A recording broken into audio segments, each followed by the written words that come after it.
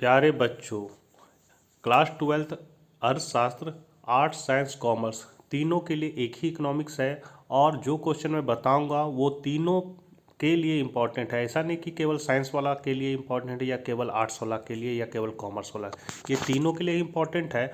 और इसके सारे आंसर आपको चैनल के प्लेलिस्ट में मिल जाएगा। आपको चैनल के प्लेलिस्ट में जाके खोजना है class 12th economics group A, और एक और प्लेलिस्ट होगा उसमें खोजना है आपको class 12th economics group B, और उसमें आपको सारा क्वेश्चन आंसर मिल जाएगा। आप एक एक करके देखिएगा तो सारा मिल जाएगा। मैंने chapter by chapter important question बता रहा हूँ, क्योंकि एक चैप्टर में कितना इंपॉर्टेंट क्वेश्चन हो सकता है उससे बाहर आएगा ही नहीं। तो उस सारे क्वेश्चन को अगर आप कर जाइएगा तो आपको गारंटी देते हैं 90 से ऊपर आपका नंबर आएगा, क्योंकि पिछले बार मेरे ही स्टूडेंट का 98% आया था इकोनॉमिक्स में। तो देर न करते हुए आपसे रिक्वेस्ट है कि चैनल पर पहली बार है तो चैनल को जरूर सब्सक्राइब कर ले और घंटी के आइकन को दबाकर ऑल नोटिफिकेशन ऑन कर ले, और इकोनॉमिक्स के बच्चों तो यह वीडियो जरूर शेयर करें। तो चलिए हम लोग आज कुछ नया सीखते हैं। ग्रुप ए आपका व्यष्टि अर्थशास्त्र है, जिसका पहला अध्याय में इंपॉर्टेंट क्वेश्चन है, उत्पादन संभावना वक्र क्या है, एक तालिका और चित्र द्वारा स्पष्ट करें।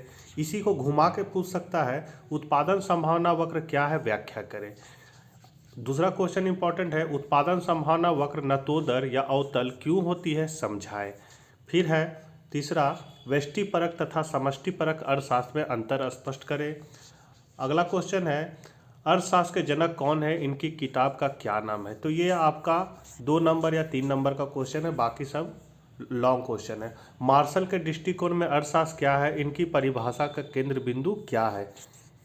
फिर है, रॉबिन्स के द्वारा दी गई अर्थशास्त्र की परिभाषा का उल्लेख करें। इसी क्वेश्चन को घुमा के पूछेगा तो लिखा रहेगा, अर्थशास्त्र चयन का तर्कशास्त्र है, विश्लेषण करें। अगला क्वेश्चन है इंपॉर्टेंट, आर्थिक समस्या क्या है या क्यों उत्पन्न होती है। या फिर अथवा इसी क्वेश्चन को घुमा के अगर पूछ सकता है तो चयन की समस्या क्यों उत्पन्न होती है। या फिर दुर्लभ साधनों के बचतपूर्ण प्रयोग की समस्या क्या है। 8वां नंबर क्वेश्चन है इस चैप्टर में, पहला चैप्टर में, क्या अर्थशास्त्र एक वास्तविक विज्ञान है या आदेशात्मक विज्ञान है, उदाहरण सहित बताएं। 9वां, अवसर लागत की परिभाषा दे। अगला है, अर्थशास्त्र की केंद्रीय समस्याओं का उल्लेख करें, ये क्यों उत्पन्न होती है। अगला है, पूंजीवादी अर्थव्यवस्था की केंद्रीय समस्या क्या है, इसके समाधान में कीमत यंत्र की भूमिका की व्याख्या करें। ये पहला चैप्टर में इतना इंपॉर्टेंट क्वेश्चन है और इतना आपको कर जाइएगा, पहला चैप्टर आपका कंप्लीट हो जाएगा। दूसरा चैप्टर में हम लोग इंपॉर्टेंट क्वेश्चन को देखते हैं, सीमांत उपयोगिता एवं कुल उपयोगिता से आप क्या समझते हैं। पहला इंपॉर्टेंट है, इसी को घुमा के पूछेगा तो लिखा रहेगा, सीमांत उपयोगिता एवं कुल उपयोगिता के बीच संबंध बताएं। या फिर सीमांत उपयोगिता तथा कुल उपयोगिता के बीच क्या संबंध है, कुल उपयोगिता के साथ क्या होता है जब सीमांत उपयोगिता शून्य हो जाती है। बच्चों, ये जितना क्वेश्चन है आप कोई भी गेस्ट पेपर उठा के देख लीजिए या कोई भी मॉडल क्वेश्चन देख लीजिए, सारा क्वेश्चन आपका वही मिलेगा, इसी से मिलेगा। केवल 1-2 क्वेश्चन इधर उधर हो सकता है, लेकिन सारा क्वेश्चन आपको यही रहेगा। इसलिए आप इसको अच्छा से नोट डाउन करिए और इस सारे क्वेश्चन का आंसर आप कंप्लीट कर लीजिए, आपका इकोनॉमिक्स कंप्लीट हो जाएगा। अगला क्वेश्चन देखते हैं, उपयोगिता की परिभाषा दीजिए। अगला है, उपभोक्ता संतुलन से आप क्या समझते हैं, इसकी कौन कौन सी मान्यताएं हैं। अथवा इसको घुमा के पूछेगा तो लिखा रहेगा, परिणात्मक उपयोगिता दृष्टिकोण के अंतर्गत पहला एक वस्तु तथा दूसरा 2 वस्तुओं के संपर्क में उपभोक्ता के संतुलन को स्पष्ट व्याख्या करे हो जाएगा, करे। अथवा केवल एक वस्तु खरीदने की स्थिति में एक उपभोक्ता संतुलन की स्थिति पर कैसे पहुंचता है, सीमांत उपयोगिता अनुसूची की सहायता से समझाएं। या फिर लिखा रहेगा, उपभोक्ता संतुलन से आप क्या समझते हैं, उपभोक्ता संतुलन के शर्तों को लिखें। अगला क्वेश्चन इंपॉर्टेंट है, आर्थिक वस्तु एवं निःशुल्क वस्तु के अंतर को उदाहरण की सहायता से समझाएं। अगला क्वेश्चन है, सीमांत उपयोगिता ह्रास नियम की व्याख्या करें। अथवा सीमांत उपयोगिता ह्रास नियम मांग रेखा के नीचे की ओर झुकने के लिए कैसे उत्तरदायी है। छठा है, मांग के नियम का विश्लेषण विस्तार में करें तथा इसकी सीमाओं का भी उल्लेख करें। अथवा मांग अनुसूची तथा उपयुक्त रेखाचित्र की सहायता से मांग के नियम की व्याख्या करें। अथवा मांग के नियम को बताएं, अन्य बातों के समान रहने पर का क्या मतलब है जिस पर यह नियम आधारित है। अथवा वस्तु की मांग को प्रभावित करने वाले तत्व कौन कौन से हैं। अथवा मांग के निर्धारक तत्व को बताएं। अथवा मांग के नियम की व्याख्या करें और इसके अपवादों को लिखें। अथवा मांग के नियम की अवधारणा को बताए। तो इतना मांग से इतना तरह से क्वेश्चन पूछ सकता है, और मांग का नियम एग्जाम में आता ही आता है बच्चों, तो इसको आप लोग बढ़िया से कर लीजिएगा। अगला हम लोग क्वेश्चन देखते हैं, मांग की रेखा नीचे दाहिनी ओर क्यों झुकती है, इसके कारण बताएं। अथवा एक उपभोक्ता की मांग की रेखा के दाहिनी ओर खिसकने के 3 कारणों का उल्लेख करें। 8वां क्वेश्चन है, मांग के विस्तार तथा मांग में वृद्धि में क्या अंतर है, स्पष्ट करें। 9वां है, मांग के संकुचन तथा मांग में कमी में क्या अंतर है, स्पष्ट करें। अगला है, व्यक्तिगत मांग अनुसूची तथा बाजार मांग अनुसूची में अंतर बताएं। अगला है 11वां, रेखाचित्र की सहायता से किसी वस्तु की मांग पर निम्नलिखित परिवर्तनों के प्रभाव की व्याख्या करें। क, पूरक वस्तु की कीमत में वृद्धि अथवा कमी, प्रतिस्थापन वस्तु की कीमत में वृद्धि अथवा कमी। 12वां है, मांग की लोच की अवधारणा को स्पष्ट करें, इसे प्रभावित करने वाले कारकों की व्याख्या करें, साथ ही इसकी माप किस प्रकार होती है। 13 है, एक उपभोक्ता किसी वस्तु की कीमत 3 रुपया प्रति इकाई रहने पर उसकी 40 इकाइयों को खरीदता है। जब कीमत बढ़कर 4 रुपया प्रति इकाई हो जाती है तो वह उसकी 30 इकाइयाँ खरीदता है। कुल व प्रणाली द्वारा मांग की लोच की माप करें। 14 नंबर क्वेश्चन है, किसी वस्तु की मांग की लोच 2 है, यदि उसकी मांग में 10% वृद्धि होगी तो मूल्य में प्रतिशत परिवर्तन क्या होगा। अगला है, निम्नलिखित मांग वक्रों की मांग लोच डिग्री बताएं। जैसे पहला है, OX अक्ष के समांतर सीधी रेखा, OY अक्ष के समानांतर सीधी रेखा, या बाएं से दाएं नीचे को या ढालू सीधी रेखा के मध्य बिंदु पर, मतलब मांग की लोच वहाँ क्या क्या होगा सो बताना है। 16 है क्वेश्चन, एक उपभोक्ता किसी वस्तु की कीमत 3 रुपया प्रति इकाई रहने पर उसकी 40 इकाइयाँ खरीदता है। जब कीमत बढ़कर 4 रुपया प्रति इकाई हो जाती है तो वह उसकी 30 इकाइयाँ खरीदता है। कुल व प्रणाली द्वारा मांग की कीमत लोच की माप करें। अगला है, सामान और घटिया वस्तुओं के अर्थ बताएं। अगला है, मांग में कमी अथवा वृद्धि लाने वाले किन्हीं 3 कारकों की संक्षेप में व्याख्या करें। तो दूसरा चैप्टर में 18 को क्वेश्चन है जो इंपॉर्टेंट 18 क्वेश्चन आप चाट जाइए, दूसरा चैप्टर आपका कंप्लीट हो जाएगा। तीसरा चैप्टर में हम लोग आते हैं, तो पैमाने के प्रतिफल से आप क्या समझते हैं, व्याख्या करें। अथवा पैमाने के प्रतिफल की बढ़ती, समान तथा घटती धारणाओं की व्याख्या करें। अथवा जब सभी आगतों में अधिक अनुपात में वृद्धि होती है तो उत्पादन पर पड़ने वाला प्रभाव क्या है। अथवा बोल रहे हैं, इसका मतलब है कि ये क्वेश्चन इस तरह पूछेगा या क्वेश्चन इस तरह पूछेगा, यही अथवा का मतलब होगा। ऐसा नहीं कि ये बनाना और ये भी बनाना है, ऐसा नहीं, ये दोनों में से एक बनाना नहीं, मतलब इस तरह भी पूछ सकता है, ये हुआ अथवा का मतलब। दूसरा नंबर क्वेश्चन है, विविध अनुपात के नियम या परिवर्तनशील अनुपात का नियम या चल अनुपात का नियम या साधन के प्रतिफल नियम की सचित्र व्याख्या करें। इतना में से मतलब विविध अनुपात का नियम, परिवर्तनशील अनुपात, चल अनुपात, साधन का पद, इसमें से कोई एक ही नाम यहाँ लिखा रहेगा नियम सचित्र व्याख्या करें। अथवा लिखा रहेगा, उत्पादन साधन के प्रतिफल से क्या अभिप्राय है, परिवर्ती अनुपात विधि के 3 चरणों का उल्लेख करें। अथवा ह्रासमान सीमांत प्रतिफल नियम पर एक टिप्पणी लिखिए। तीसरा क्वेश्चन है, निम्न तालिका में एक साधन की MPP दी जा रही है, TPP तथा APP सारणियों की रचना के लिए। साधन दिया हुआ है, MPP दिया हुआ, जरूरी नहीं है यही अंक लिखा रहे, यहाँ अंक चेंज भी हो सकता है, लेकिन इस तरह का आता है क्वेश्चन और इसमें पूरा मार्क्स मिलता है। चौथा है, स्थिर और परिवर्ती लागतों में भेद कर दे, प्रत्येक के 2 उदाहरण दीजिए।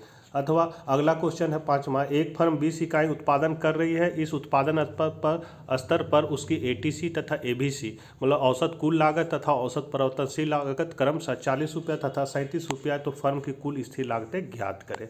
छठा है, यदि एक इकाई उत्पादन स्तर पर TFC मतलब कुल स्थिर लागत 60 रुपये हो तो निम्न तालिका की सभी प्रविष्टियां अंकित करें। उत्पादन दिया हुआ है, TC दिया हुआ है और आपको निम्न ज्ञात करना मतलब AC, AFC, ABC ये सारा चीज़ ज्ञात करना है। औसत लागत और सीमांत लागत में संबंध स्पष्ट करें या अथवा स्पष्ट कीजिए कि जब औसत लागत गिर रही है तो क्या सीमांत लागत बढ़ सकती है। 8वां है, अल्पकालीन लागत वक्रों मतलब MC और AC U आकार की क्यों होती है। 9वां, एक परिवर्तनशील साधन का प्रतिफल तथा पैमाने के प्रतिफल में अंतर स्पष्ट करें। अगला है, दीर्घकाल व अल्पकाल में भेद कीजिए। अगला, स्थिर लागत तथा परिवर्तनशील लागत में अंतर स्पष्ट कीजिए। अगला है, कुल लागत की परिभाषा दीजिए। अगला है, निम्न तालिका को पूरा करें। तालिका है आपका श्रम की इकाई दिया हुआ है, औसत उत्पाद दिया हुआ है, आपको जो तालिका में दिया रहेगा उसको भरना रहेगा। अगला, निम्न तालिका को पूरा करें। यहाँ उत्पादन दिया, कुल लागत दिया और ये औसत लागत और सीमांत लागत आपको भरना है। फिर औसत स्थिर लागत क्या है, स्थिर लागत को ही हम लोग बंधी लागत कहते हैं, तो औसत बंधी लागत क्या है, परिभाषा लिखना है। फिर इसको कंप्लीट करना है, लेबर दिया है, टोटल प्रोडक्शन दिया हुआ है, एवरेज प्रोडक्शन और मार्जिन प्रोडक्शन को भरना है। अगला, निम्नलिखित तालिका में औसत स्थिर लागत, औसत परिवर्तनशील लागत, कुल स्थिर लागत ज्ञात करना। इकाइयाँ दिया हुआ, कुल लागत दिया हुआ, आपको औसत स्थिर लागत, औसत परिवर्तनशील लागत और कुल स्थिर लागत ज्ञात करना है। फिर निम्न तालिका को पूरा करें। उत्पादन की इकाई दिया हुआ है और ये तालिका आपको भरना है। अगला, एक फर्म में के बारे में सूचना दी गई है। ये सूचना दिया गया है, आपको जो यहाँ बॉक्स है ये उसको भरना है। इस तरह का आता है क्वेश्चन, देख लीजिए। अगला है परिवर्तनशील साधन से आप क्या समझते हैं। फिर है स्थिर साधन से आप क्या समझते हैं। फिर है उत्पादन फलन क्या है। फिर एक साधन के प्रतिफल का क्या अर्थ है। एक साधन का बढ़ता प्रतिफल किस कारण से होता है। फिर है 24 वास्तविक लागत क्या है या मौद्रिक लागत से किस प्रकार भिन्न है। फिर मांग की कीमत लोच तथा मांग की लोच में अंतर स्पष्ट करें। अगला है उत्पादन फलन से आपका क्या तात्पर्य है, इसकी मुख्य विशेषताओं का वर्णन करें। अथवा अगला क्वेश्चन है उत्पादन संभावना वक्र की क्या मान्यता है। मतलब टोटल तीसरा चैप्टर में 27 क्वेश्चन है, जिसको आप लोग पी जाइए, मैं इसी से आएगा क्वेश्चन। अध्याय 4, उत्पादन के संतुलन का क्या अर्थ है। दूसरा है किसी प्रतियोगी फर्म के लिए उत्पादक के संतुलन की शर्त क्या होती है। अथवा पूर्ण प्रतियोगिता के अंतर्गत एक फर्म के अल्पकालीन संतुलन की शर्तों की व्याख्या करें। तीसरा नंबर क्वेश्चन है प्रतियोगी फर्म का औसत आगम सदा सीमांत आगम से समान क्यों होता है। फिर है पूर्ति लोच की अवधारणा स्पष्ट करें। निम्नलिखित स्थितियों में पूर्ति वक्र खींचे। ES बराबर 1, ES less than 1, ES greater than 1। मतलब इसमें ग्राफ बनाना है आपको डायरेक्ट। अगला है पूर्ति या आपूर्ति नियम की व्याख्या करें। इसे प्रभावित करने वाले कारक एवं सीमाओं की व्याख्या करें। अथवा इसी का अथवा में है पूर्ति से आपका क्या अभिप्राय है, पूर्ति के नियम का वर्णन करें। अथवा वस्तु की पूर्ति के 3 कारकों की सूची बनाए या प्रभावित करने वाले कारक बताएं। छठा है पूर्ति की मात्रा में वृद्धि या विस्तार और पूर्ति में वृद्धि के बीच अंतर स्पष्ट करें। फिर है पूर्ति के संकुचन और पूर्ति में कमी के बीच अंतर स्पष्ट करें। एक वस्तु की पूर्ति की लोच 0.8 है, यहाँ पूर्ति लोच लोचदार है या बेलोचदार, ये आपका मॉडल क्वेश्चन में था। आगम, कुल आगम, औसत आगम और सीमांत आगम की परिभाषा दे तथा इसके बीच संबंधों की व्याख्या करें। या फिर अगला क्वेश्चन है पूर्ति की लोच से क्या अभिप्राय है, इसकी माप तथा प्रभावित करने वाले कारक बताएं। फिर है आपूर्ति वक्र को खिसका सकने वाले 3 कारक बताएं। अथवा क्वेश्चन रहेगा पूर्ति में परिवर्तन से आप क्या समझते हैं, पूर्ति में परिवर्तन के 3 कारकों का उल्लेख करें। 12वां है एक फर्म की मांग वक्र पूर्ण प्रतियोगिता में पूर्णतः लोचदार तथा एकाधिकारिक प्रतियोगिता में कम लोचदार क्यों होती है। 13 है एकाधिकारी के औसत आय तथा सीमांत आय वक्र खींचे। अगला है चाय के मूल्य में कमी चीनी की मांग को कैसे प्रभावित करती है, चित्र का प्रयोग करें। अथवा पूरक वस्तु की कीमत में कमी का वस्तु के मांग पर क्या प्रभाव पड़ता है, चित्र का प्रयोग करें। अगला क्वेश्चन है कॉफ़ी के मूल्य में वृद्धि किस प्रकार चाय की मांग को प्रभावित करती है, चित्र का प्रयोग करें। अथवा घुमा के पूछेगा तो प्रतिस्थापक वस्तु की कीमत में वृद्धि का वस्तु के मांग पर क्या प्रभाव पड़ता है। 16 नंबर क्वेश्चन है एक वस्तु का मूल्य 10 रुपया प्रति इकाई और उसकी पूर्ति मात्रा 4000 इकाई है, उसकी पूर्ति का मूल्य लोच 2 है, वह मूल्य ज्ञात कीजिए जिस पर इसकी पूर्ति मात्रा 6000 इकाई होगी। 17 है किसी वस्तु का मूल्य 10 रुपया प्रति इकाई और इस मूल्य पर उसकी पूर्ति की गई मात्रा 500 इकाइयाँ हैं। यदि उसके मूल्य में 10% की कमी होती है और पूर्ति की गई मात्रा घटकर 400 इकाइयाँ हो जाती है तो पूर्ति की मूल्य लोच ज्ञात करें। 18 किसी वस्तु की कीमत 5 रुपया प्रति इकाई तथा 600 इकाई की इसकी पूर्ति मात्रा होती है। यदि कीमत बढ़कर 6 रुपया प्रति इकाई हो जाए तो पूर्ति मात्रा 25% बढ़ जाती है, पूर्ति की कीमत लोच ज्ञात करें। 19 है व्यक्तिगत पूर्ति एवं बाजार पूर्ति में अंतर बताएं। 20 है पूर्ति की लोच कितने प्रकार की होती है, कीमत पूर्ति लोच क्या है। तो आपको चौथा चैप्टर से टोटल 20 क्वेश्चन कर लेना है, इसी से आएगा। अब हम लोग चैप्टर 5 को देखते हैं। मांग आपूर्ति सारणियों को एक चित्र के माध्यम से बाजार संतुलन का निर्धारण समझाएं। मूल निर्धारण में मांग आपूर्ति में कौन अधिक प्रभावशाली होता है स्पष्ट करें। अथवा एक उपयुक्त चित्र की सहायता से पूर्ण प्रतियोगी बाजार में किसी वस्तु के संतुलन मूल्य निर्धारण की व्याख्या करें। अथवा किसी वस्तु की संतुलन कीमत किस प्रकार निर्धारित होती है। अथवा एक उपयुक्त चित्र की सहायता से पूर्ण प्रतियोगिता के अंतर्गत मूल्य निर्धारण को समझाएं। दूसरा क्वेश्चन है अपूर्ण प्रतियोगिता किसे कहते हैं, इसकी विशेषताओं की व्याख्या करें। तीसरा क्वेश्चन है पूर्ण प्रतियोगिता बाजार से आप क्या समझते हैं, इसकी मान्यताओं का उल्लेख करें, इसकी विशेषता का उल्लेख करें, इसके अंतर्गत मूल्य निर्धारण को समझाएं। अगला है एकाधिकार से आप क्या समझते हैं, इसकी विशेषताओं की व्याख्या करें, इसके अंतर्गत मूल्य निर्धारण को समझाएं। क्या एक एकाधिकारी ऊंची कीमत पर अधिक वस्तुएं बेच सकता है, स्पष्ट करें। 5वां एकाधिकारी प्रतियोगिता से आप क्या समझते हैं, इसकी विशेषता का उल्लेख करें। मतलब 4 बाजार पढ़ना है, 4 में से 1 बाजार या 2 बाजार तो निश्चित आता है आपका, और इसी में से आएगा क्वेश्चन बाबू। अगला है बाजार की परिभाषा दीजिए। अगला है पूर्ण प्रतियोगिता, एकाधिकार प्रतियोगिता तथा एकाधिकार बाजार में अंतर स्पष्ट करें। फिर है निम्नलिखित तालिका में मांग एवं पूर्ति वक्र बनाए तथा संतुलन बिंदु कीमत तथा क्रय विक्रय की मात्रा को बताएं। यहाँ प्राइस दिया हुआ, डिमांड दिया, सप्लाई दिया, आपको ये चीज़ निकालना है। अगला है एकाधिकार बाजार में फर्मों की संख्या कितनी होती है। फिर है किस प्रकार के बाजार में वस्तुएं समरूप होती है। अगला है मांग एवं पूर्ति दोनों के परिवर्तन का मूल्य पर क्या प्रभाव पड़ता है।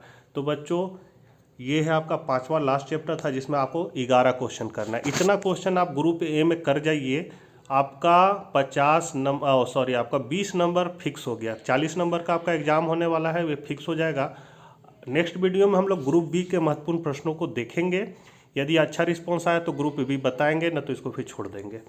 मतलब रिस्पॉन्स मतलब अगर व्यू अच्छा आया, आप लोग पसंद कर रहे हैं इस गेस क्वेश्चन को, यदि आपको इसका आंसर चाहिए तो आप हमको कमेंट कीजिएगा, या फिर अगर आप मेरे इंस्टाग्राम बोलते हैं टेलीग्राम में या व्हाट्सएप ग्रुप में जुड़े हुए हैं तो वहाँ पर भी लिखिए, तो मैं सारा का आंसर का आपको लिंक भेज दिया करूँगा, वहाँ से आप सारा देख के लिख सकते हैं।